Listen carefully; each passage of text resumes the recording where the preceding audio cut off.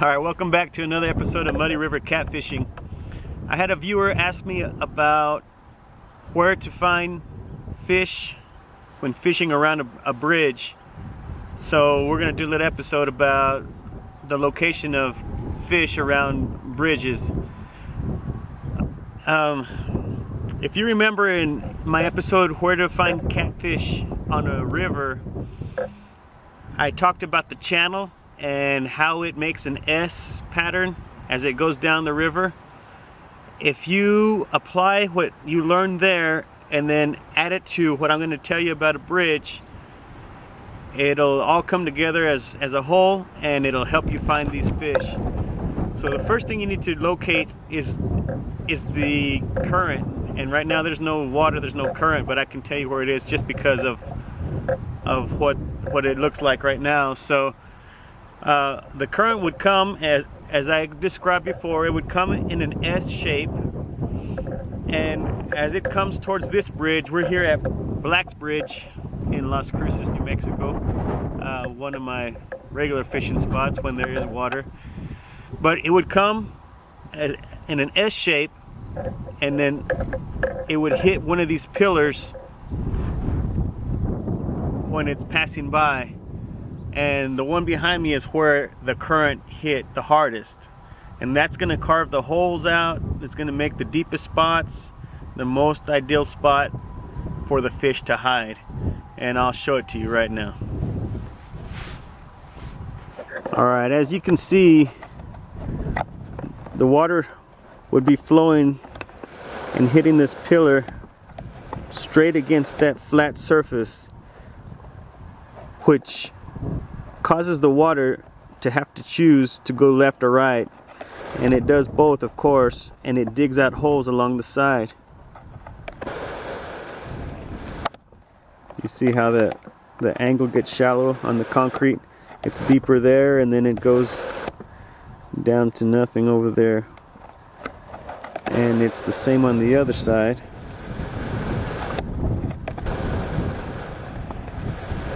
And I can go around that side and show you, but I want you to understand that finding the channel makes a big difference, because this is the ideal pillar to fish. Let me show you a different pillar that's not in the channel, which would be that one over there. And if you look at this one, it's completely flat. There's no hole dug out in the front or along the sides, because the channel did not hit there, and there was not enough strength in the river to dig out the holes along the sides and in the front. So once you can distinguish where the channel is flowing, then find which pillar is in its path, and that'll be where the hole is going to be. And this is kind of like I said on the log jam video. It's the same kind of concept. It digs a hole in the front, along the sides, and it deposits all the sand or rock along the back. Let me scoot over here so you can see what I'm talking about.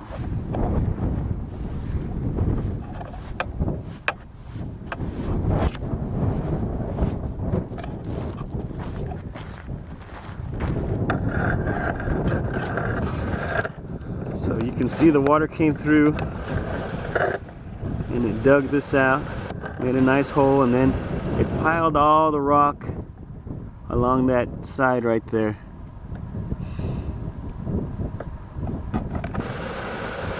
So if fish are holding in deep water, obviously they're going to be on the sides right here in these holes.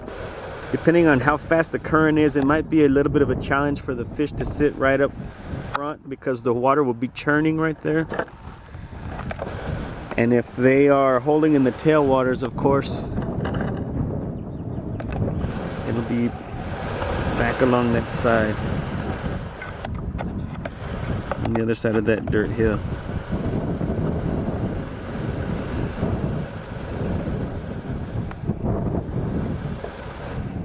So there's just a little video describing bridges. Like I said, they're very similar to the log jams.